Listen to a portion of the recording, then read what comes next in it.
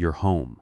It used to be your sanctuary, your safe haven after a long day. Now, it's a war zone, and your enemy is a furry, four-legged demolition expert with the most innocent eyes you've ever seen. Your shoes are its trophies. Your sofa is its new chew toy, and your precious sleep has been mercilessly stolen by its midnight concerts. You've read all the books. You've watched countless training videos online. You've tried scolding. You've tried gentle guidance. You've even found yourself late at night in total desperation, yelling, "What do you want from me?" And the answer you always seem to get is, "He's just a puppy. He'll grow out of it." Today, I'm here to tell you that answer is a complete and total lie. A well-intentioned but incredibly destructive lie. Is your puppy destroying your home? No, you are accidentally ignoring its desperate cries for help. Those behaviors you see as destruction, according to top animal behaviorists, are not personality flaws.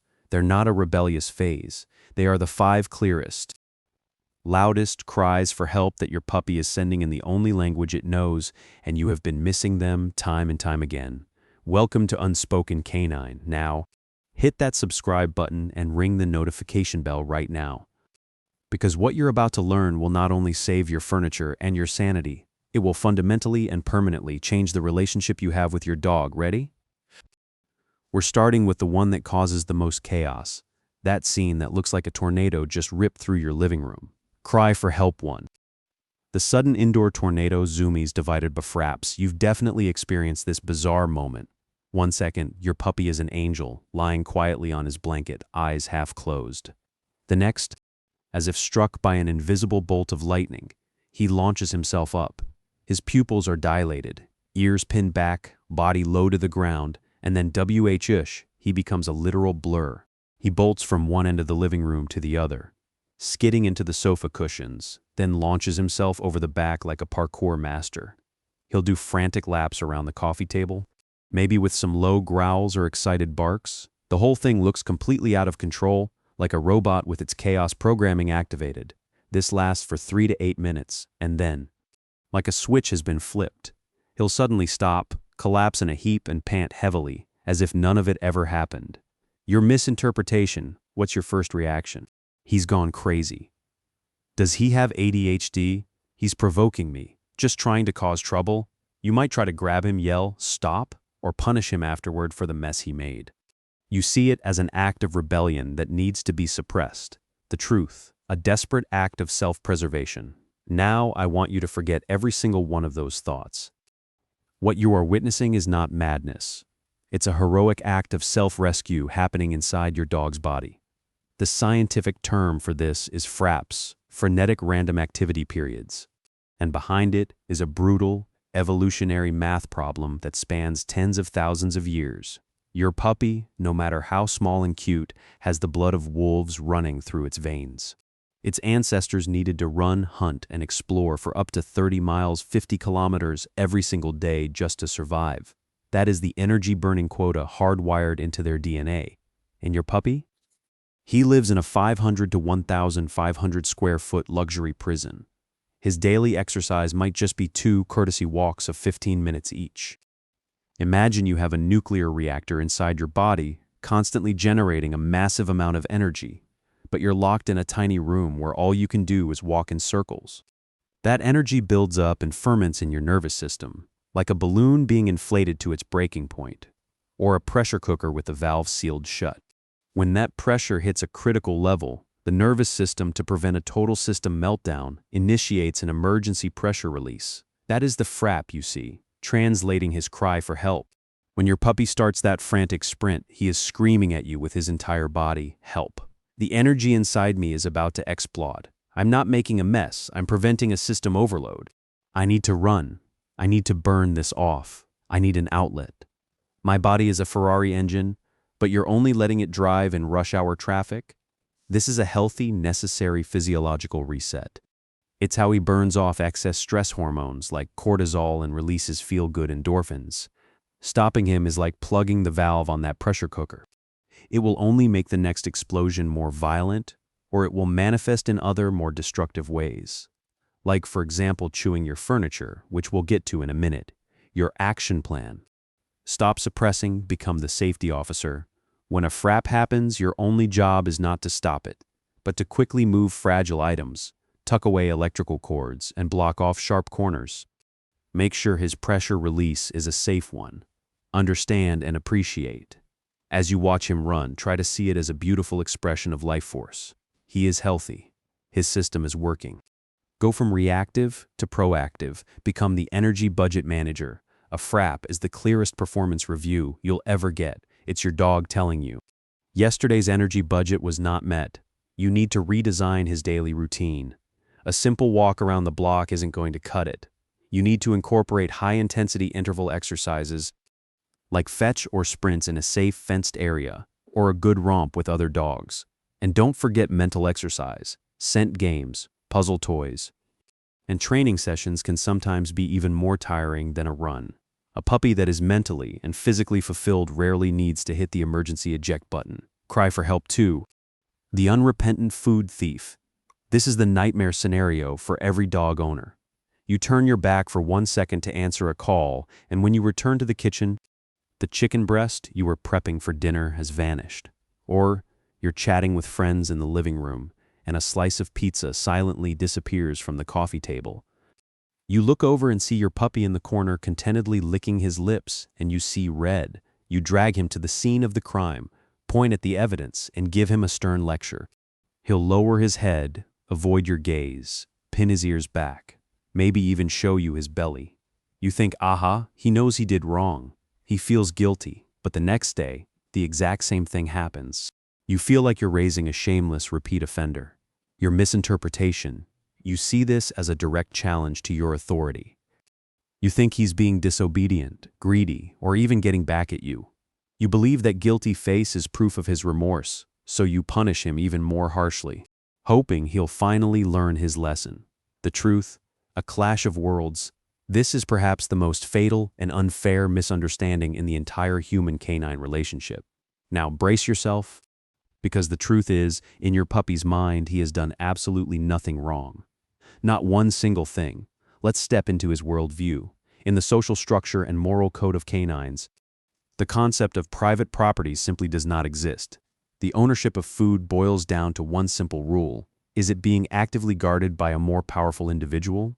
In the wild, if a lion takes down an antelope, as long as that lion is standing over its kill, growling a warning, that antelope belongs to the lion.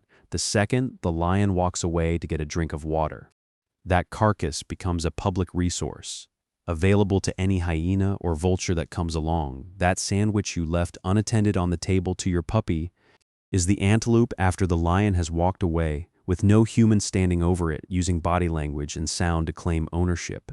It is an available resource. He isn't stealing. He is following the law of opportunistic foraging that has been etched into his DNA for millennia. And that guilty face you were so sure about, I'm sorry, but that's not guilt either. Research by renowned animal behaviorist Dr. Alexandra Horowitz has proven that this is not an expression of remorse, but a pure appeasement signal. Your puppy is an expert at reading your emotions.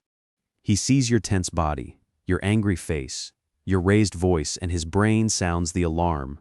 The human is angry, danger. Everything he does, the lowered head, the pinned ears. The lip licking is dog language for, I see that you are upset, I do not want conflict, please calm down. He is afraid of your anger, not of what he did. He has only learned one thing. When the food disappears and the angry human appears, scenarios happen together, scary things follow, so next time, he won't stop stealing food. He'll just get sneakier about it and make sure you're not around to see him. Translating his cry for help. Every time you catch this little food thief, his real internal cry is, your world has too many confusing rules. I don't understand what's yours. I only understand what's edible. I'm not challenging you. I'm following my instincts. Please stop punishing me for my nature, and please show me the boundaries in a way I can understand. Your action plan. Switch from the cop to the architect. Manage the environment. Punishing after the fact is 100% useless and will only poison your relationship. The only cure is prevention. Your kitchen counters and dining table, until your puppy learns the rules. No-fly zones, don't give him the opportunity to fail. Food never gets left within his reach. When you can't supervise, use baby gates or keep him in a safe, puppy-proofed area. Teach him human rules, the leave it command. Leave it is a life-saving command for a puppy. Using positive reinforcement, you teach him that ignoring a tempting thing on the ground leads to an even better reward from you. This is a golden opportunity to teach him impulse control. Fulfill his treasure hunter instinct. Sometimes puppies steal food out of sheer boredom. Instead of letting him go on his own hunts, give him one.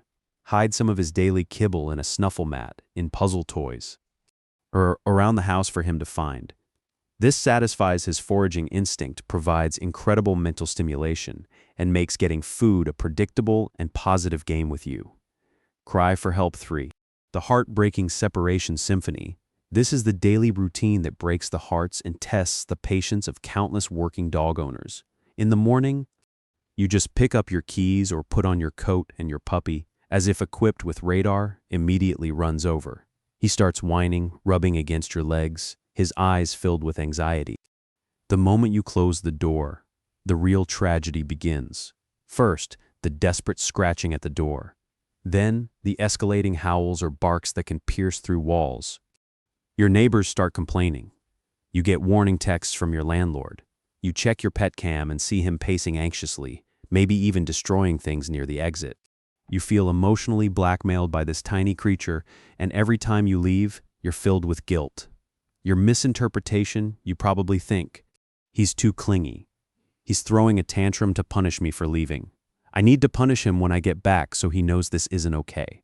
Some people even follow outdated advice, like ignoring the dog completely before leaving and after returning, in an attempt to foster independence. The truth, a primal fear of abandonment. Now I want you to imagine you're 5 years old. You're in a huge, unfamiliar shopping mall and you've lost your parents. What is your first reaction? It's not anger. It's not revenge. It is that ice-cold, all-consuming panic. You would start crying, screaming, hoping your voice would help your parents find you. Your puppy is experiencing that level of panic, or even more. Biologically and evolutionarily, dogs are highly social pack animals. In the wild, an individual separated from its pack, especially a young one, is essentially handed a death sentence. It can't hunt alone, and it can't defend itself from predators. Therefore, being with the pack equals safety, and being left alone equals the threat of death. Your puppy cannot tell the difference between you're going to work for 9 hours and we'll be back, and you have been abandoned forever. In his brain, the moment his pack leader, you, disappears behind that door, his entire security system collapses. His brain is hijacked by the amygdala, the primitive part that processes fear. Nothing he is doing is rational. It is a pure, instinctual panic response. That soul-crushing howl is not a complaint. It is an ancient acoustic homing beacon. Just like a sinking ship sends out an SOS, he is broadcasting his location with sound, desperately hoping his pack will hear it and come back to find him. Translating his cry for help, every single howl from behind that door is a raw, desperate cry for help. My world has fallen apart. My source of safety is gone. I think I've been abandoned and I'm going to die. This isn't an act. I am having a real panic attack. Save me. Punishing this behavior is one of the cruelest things you can do. It's no different from punishing a drowning person for screaming for help or yelling at a patient having a panic attack. It will only make him associate being alone with fear and the punishment that follows your return, creating a vicious cycle that makes everything worse. Your action plan. Treating separation anxiety requires patience and a scientific approach, but it is absolutely curable. Redefine leaving, counter-conditioning, and desensitization. Break the triggers. Your dog probably starts getting anxious when you put on your coat or grab your keys. You need to break that association. Randomly pick up your keys and walk around the house, then put them down. Put on your coat and watch TV. The goal is to make these departure cues meaningless. Practice fake departures. This is the core of the training. Start by leaving for just 5 seconds and come back in before he has a chance to get anxious. Then 10 seconds, 30 seconds, 1 minute. You increase the duration excruciatingly slowly. Your goal is to rewire his brain to believe, oh, my human leaves for a little bit, but they always come back. This isn't scary. Build a safe haven, a comfortable crate or a designated safe space associated with wonderful things can become his sanctuary when he's alone. Make sure this space always has his favorite toys, an old shirt that smells like you, and a high-value puzzle toy stuffed with food like a frozen Kong that he only gets when you leave. Drain the battery before you go, before any planned long departure. Make sure he's had a great session of physical exercise and mental stimulation. A tired dog is a sleepy dog, not an anxious dog. Seek professional help. For severe separation anxiety, do not hesitate to consult a certified animal behaviorist or a veterinary behaviorist. Sometimes short-term anti-anxiety medication, used in conjunction with a training plan, can make all the difference. Mid-roll transition, the screen might go slightly darker. The narrator's voice becomes more intimate and serious. Narrator: we've dissected 3 of the most common disaster scenes. Are you starting to feel it? That language barrier that stands between you and your puppy? We have been judging a creature that perceives the world through instinct and intuition, using our own complex human logic and morality. Before we reveal the final 2, and perhaps most misunderstood, cries for help, we have to tear down one of the most pervasive and toxic myths in dog ownership. The idea that you must be the alpha. Forget everything you've heard about dominating your dog with force or intimidation. Your relationship shouldn't be king and subject. It should be pilot and co-pilot. You provide the direction and safety. He provides the trust and execution. This has nothing to do with domination. It's all about trust. Cry for help 4. The serial killer and furniture connoisseur. You come home to a scene of a massacre. White snow is everywhere. The remains of a brand new plush toy. Its carcass has been ripped open. Its guts, the stuffing strewn across the floor. You sigh, thinking, well, at least he's chewing his toys. But soon his kill zone expands.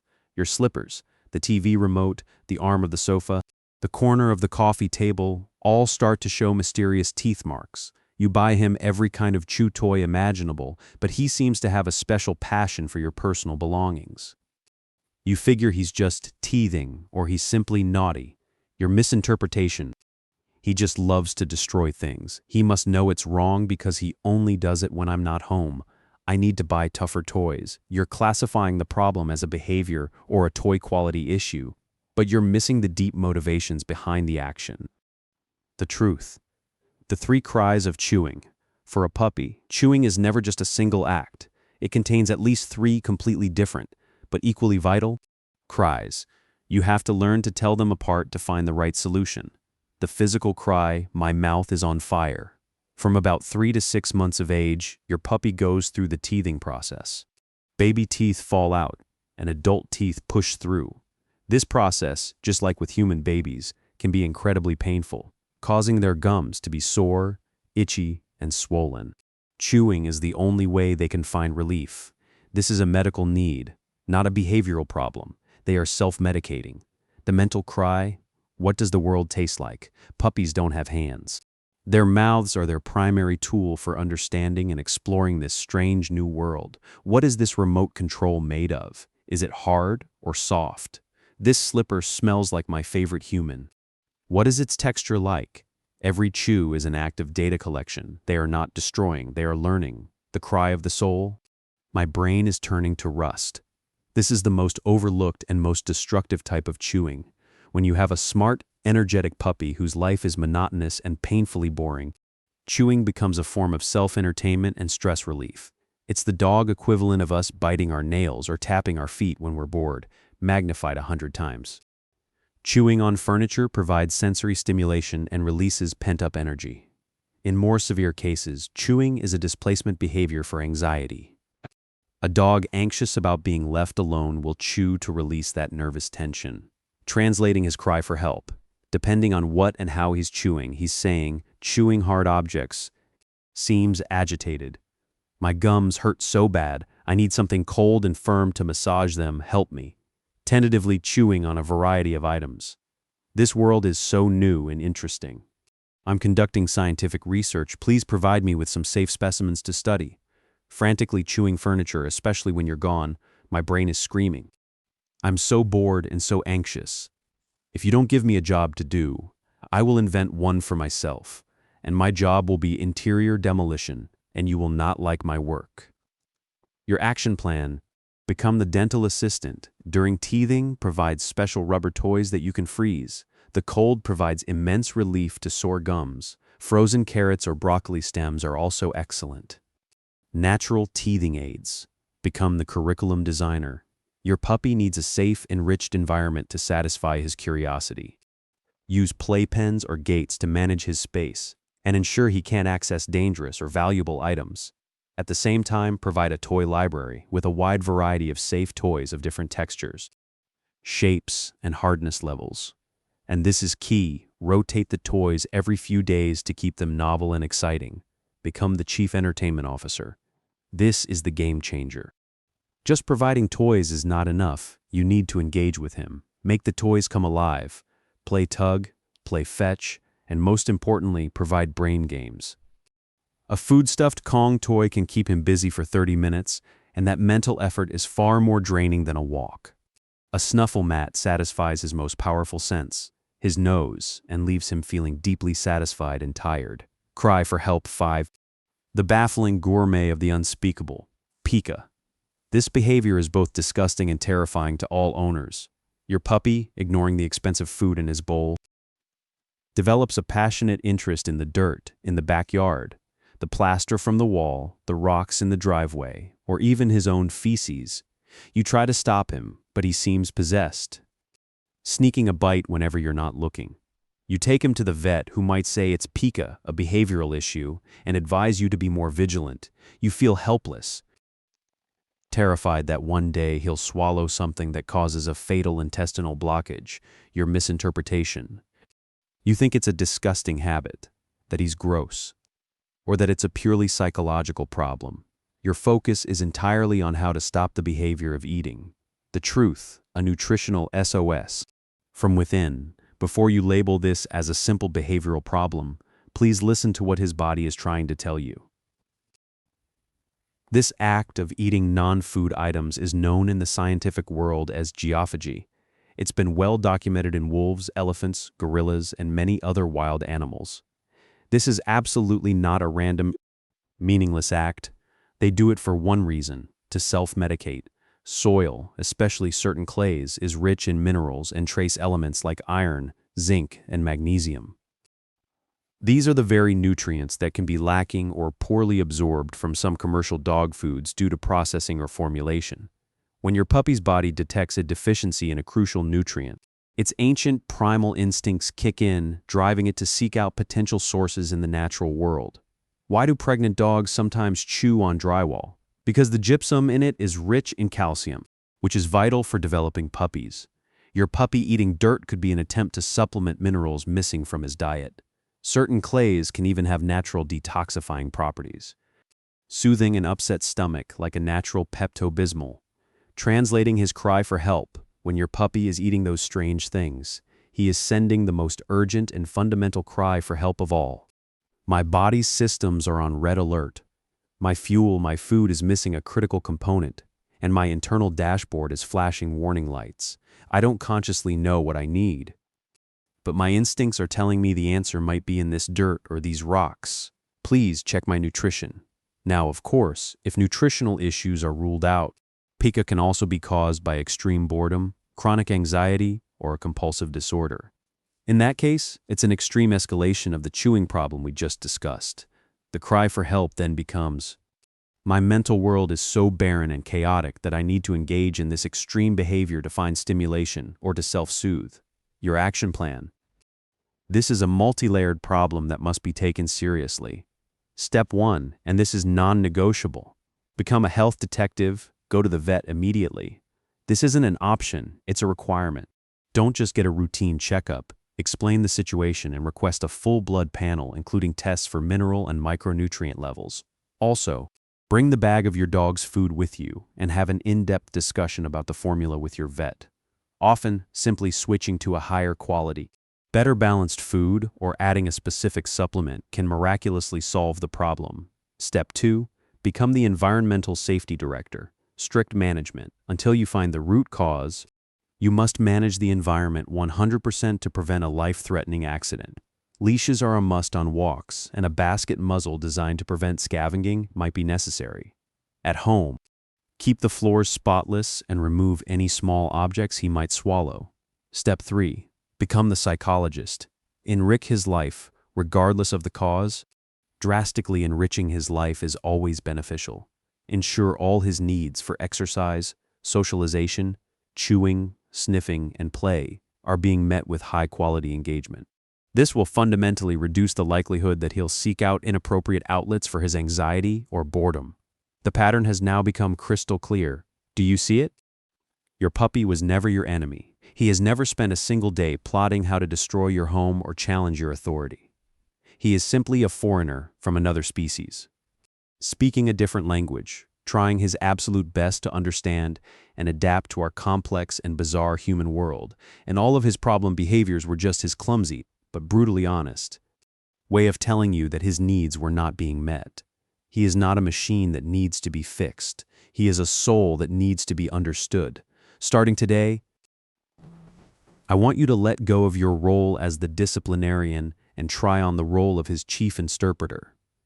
The next time chaos erupts, take a deep breath, and instead of asking, "How do I make him stop?" ask yourself, "What is he trying to tell me?"